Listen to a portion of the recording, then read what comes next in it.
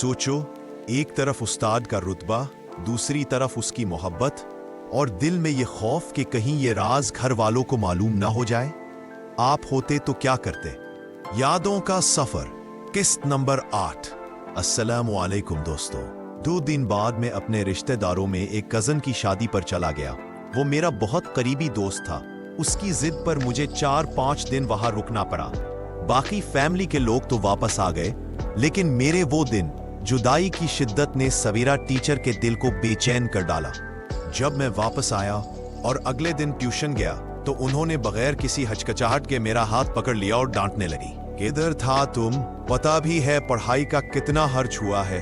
किसी जवाब का मौका ही ना दिया और मुसलसल बोलती जा रही थी। फिर गुस्सा निकालने के बाद धीरे से कहा, अब मुझसे बर्दाश्त नहीं होता तेरे बगैर। प्लीज आइंदा मुझे ऐसा इम्तिहान न देना। उनकी मोहब्बत खुलकर सामने आ गई, मगर मैंने उसे तस्लीम ना किया। मैंने उन्हें सिर्फ एक उस्ताद के तौर पर ही एहतराम दिया। उनके वालिदैन भी मुझे बेटे की तरह चाहते थे और मैं कभी भी उनके एतमाद को ठेस नहीं पहुंचाना चाहता था। उसी लिए उनके जज्बात को मैंने हमेशा नजरअंदाज किया। फिर भी टीचर का रवैया बदलता जा रहा था। एक दिन वो मेरे पास इतनी करीब बैठ गई कि अपना कंधा मेरे कंधे से मिला दिया और मेरा हाथ फर्श पर दबा दिया। मैंने घबरा कर बस इतना कहा, टीचर, तो फौरन बोले, चुप, किताब पर ध्यान दो। इतने में उनकी अम्मी अंदर आ गईं और टीचर ने फौरन मेरा हाथ छोड़ दिया और दोबारा पढ़ाने लगी।